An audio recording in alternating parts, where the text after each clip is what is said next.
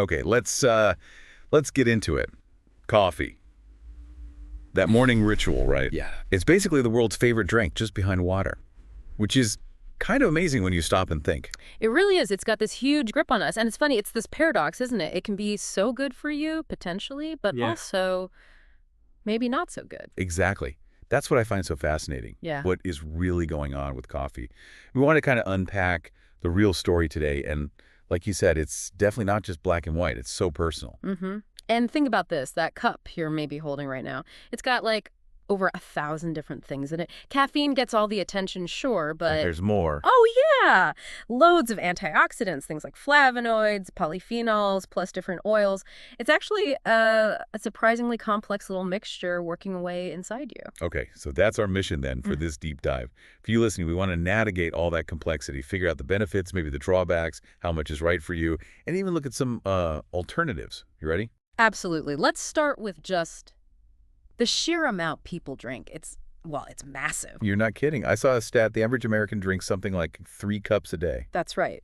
Which adds up to, get this, 400 million cups just in the U.S. every single day. Wow.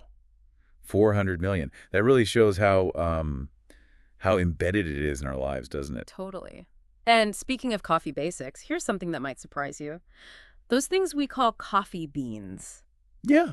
Well, what about them? Well, they're not actually beans. Wait, what? Seriously, then what are they? They're seeds. Seeds from the inside of coffee cherries. You know, the fruit of the plant. No way. All this time. Seeds. Huh. Yeah. And here's another little nugget, the extract from the cherry itself. Some studies suggest it might help with weight loss.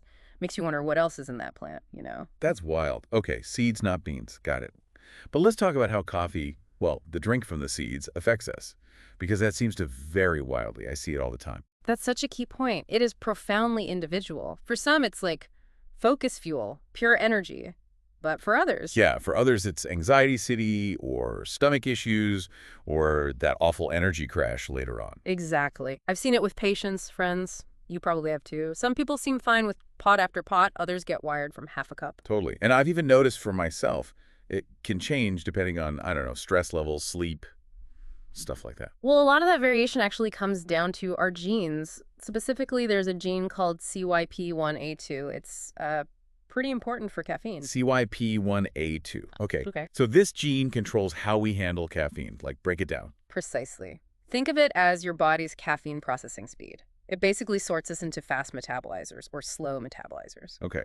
Fast metabolizers, they process it quickly, feel the buzz, but maybe not the bad stuff. Pretty much, yeah. They clear it out efficiently. They often get the alertness without the jitters or sleep problems. Right. They're the lucky ones, maybe. So what about the slow metabolizers? Well, their system takes its time breaking down the caffeine, so it hangs around longer. And that often means they're more prone to the downsides, the anxiety, the jitters, can't sleep, heart racing. And there was this big study, actually, in JAMA, the Journal of the American Medical Association. It found that for slow metabolizers, drinking a lot of coffee, like more than 3 cups a day, was linked to a higher risk of kidney problems and high blood pressure. Whoa, really? Kidney problems? Yeah. But interestingly, the fast metabolizers in that same study didn't seem to have that increased risk, even drinking the same amount. Okay, that's actually huge. It really shows it's not just about feeling wired. It could have real long-term health effects depending on your specific genes. Exactly. It highlights that individual factor. Now let's talk about how caffeine actually works its magic, or its mischief.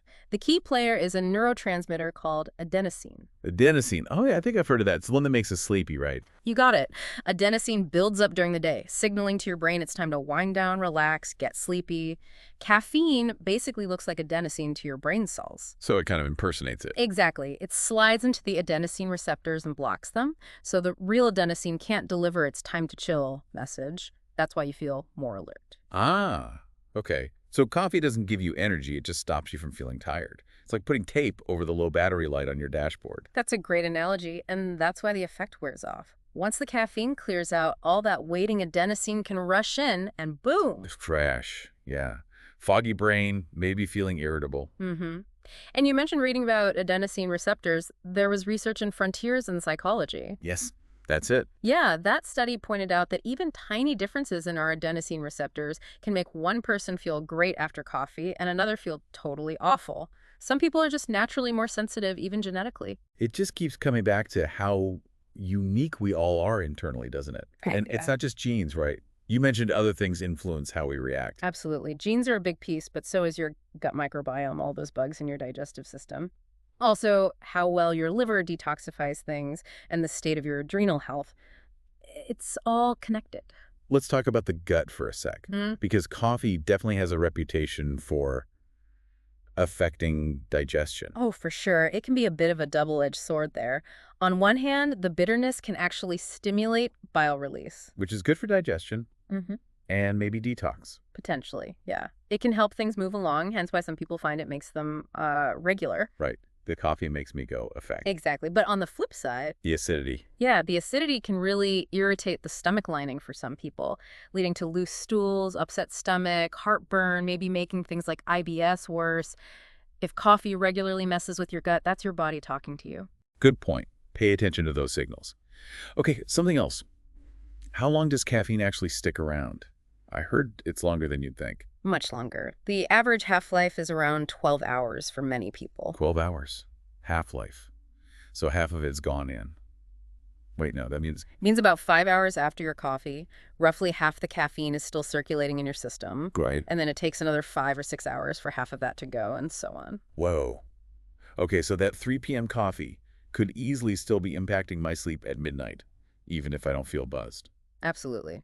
You might fall asleep okay, but the caffeine lingering can mess with the quality of your sleep. Yeah. Less deep sleep, less REM sleep, the really restorative stages. That makes sense. Which is why generally sticking to morning coffee is a good idea for most people, especially if you're dealing with any health stuff. Right. Good advice. Okay, what about stress? You mentioned cortisol earlier.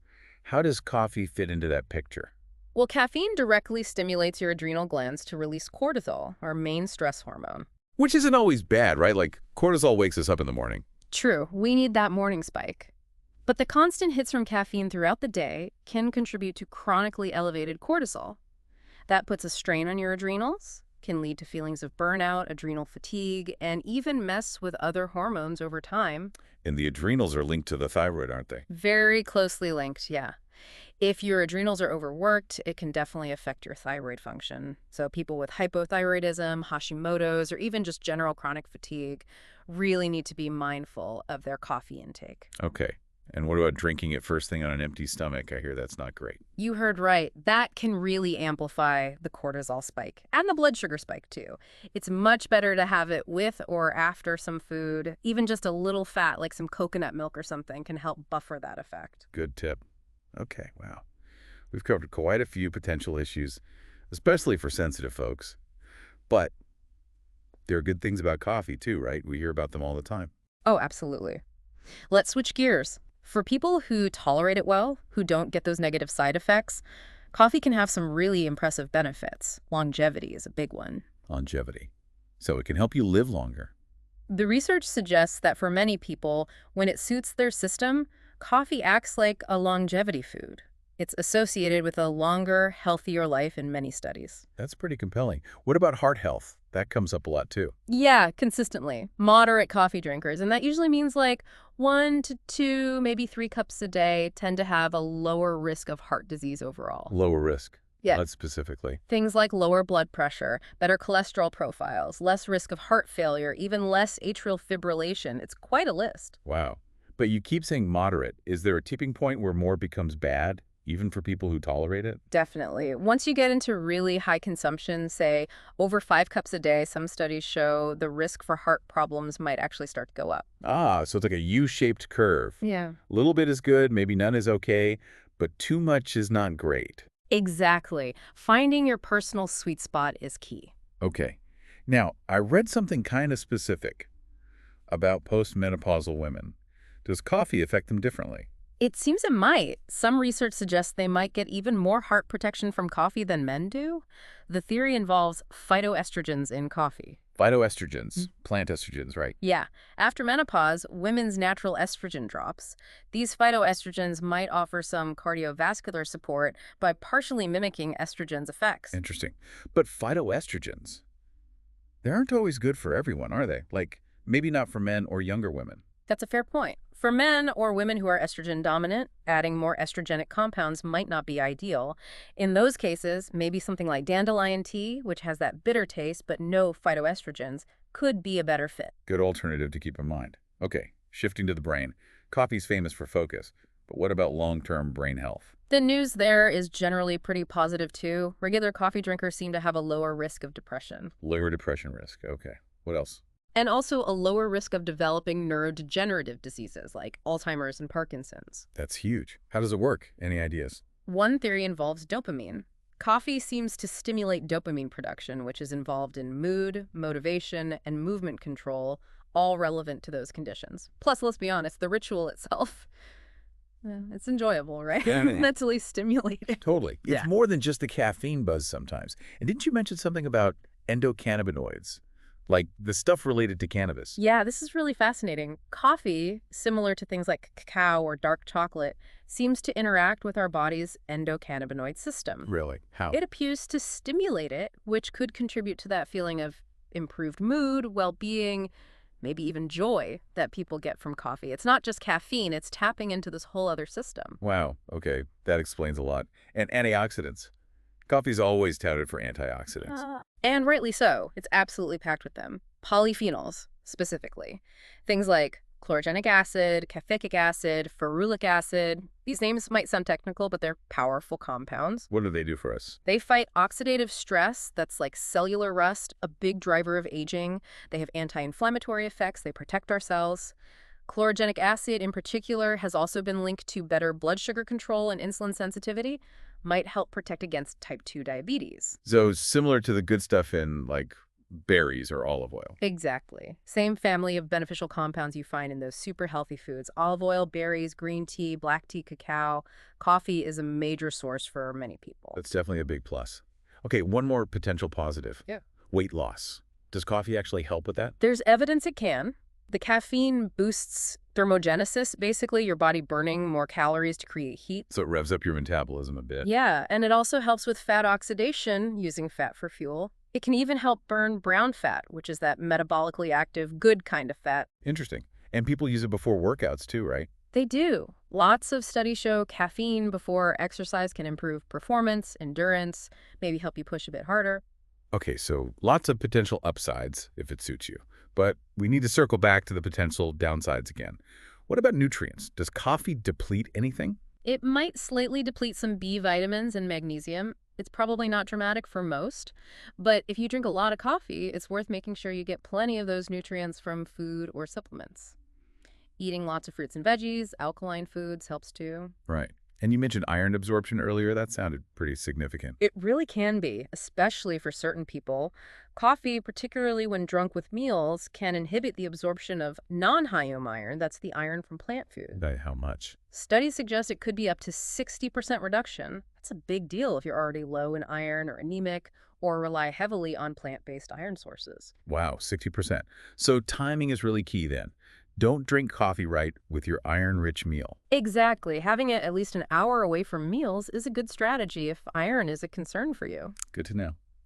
Okay, let's tackle two more big potential issues. Pesticides and mold. Starting with pesticides. Non-organic coffee is bad news. Unfortunately, yeah. Conventional coffee is often one of the most heavily sprayed crops out there. We're talking pesticides, herbicides, including glyphosate. Glyphosate, yeah, that's Roundup, right? Right. And that stuff sticks around even after roasting. Studies suggest it can, yes. And glyphosate exposure isn't great for your gut microbiome, among other potential concerns. Ugh. Okay, so pesticides are a reason to go organic. What about mold? Mycotoxins in coffee. That sounds kind of scary. It's definitely something to be aware of. Mycotoxins are toxic compounds produced by certain molds, and they can unfortunately be quite common in coffee beans, even after processing. How common? Alarmingly common in some studies. One found them in something like 93% of coffee samples they tested: drip, espresso, instant, all types. 93%. Yeah. Seriously. What do these mycotoxins do to us? They can negatively impact brain function, immune health, gut health. It's especially a concern for people already dealing with mold toxicity issues, Lyme disease, or chronic infections. The combo of pesticides and mycotoxins in conventional coffee can be a real double whammy. Okay, this really hammers home the importance of choosing your coffee carefully. So let's summarize the practical advice. What should people look for? Right. First, try to ensure it's clean, ideally certified organic, or even better, tested for both pesticides and mycotoxins. There are brands that do this now. Okay, clean coffee. What else? Consider lower acid options if you have a sensitive stomach. And crucially, listen to your own body. How does it actually make you feel? Not just immediately, but hours later. Sleep quality, energy levels. Become your own detective. Yeah. Makes sense. And how much? For most people who tolerate it well, aiming for 1 to 3 cups a day seems like a reasonable zone. If you love the ritual later on, maybe try a high-quality Swiss water process decaf. Good idea. And timing, avoid it late in the day. Definitely. And maybe try that little pinch of baking soda trick if acidity is an issue. Oh, And keep loading up on those fruits and veggies to support your system overall. Great tips. Now, what if coffee just isn't working for someone, or they want to cut back? Oh, What are some good alternatives? lots of great options now. Green tea or matcha are fantastic. They give you that calm alertness from L-theanine, plus tons of antioxidants like EGCG. Good for brain, metabolism, heart health, and they're more alkaline. Okay, green tea, matcha. What else? Mushroom coffee is really interesting. Often uses things like lion's mane for brain focus, cordyceps for energy and adrenal support, reishi for stress and longevity. Mushroom coffee. Seen that around. And what are things that taste like coffee but aren't? Yeah, herbal coffee substitutes, Mm. chicory root, roasted barley, dandelion root, even cacao blends. They give you that dark, roasted, slightly bitter flavor profile without the caffeine. Dandelion is especially good for liver support and detox. Cacao adds antioxidants and mood support. Wow, so plenty of choices to explore if coffee isn't your friend. Absolutely. It really boils down to this. Coffee can be a healing food for some, but it can also be problematic for others. It's all about your individual response, how much you drink, the quality you choose, and being really mindful. So the final thought for everyone listening, maybe get curious, really tune in. How does coffee truly affect your unique system? Notice the subtle signals. Use what we've talked about today as a starting point for your own investigation. Maybe it's time to experiment a little and find what truly works best for your health and energy.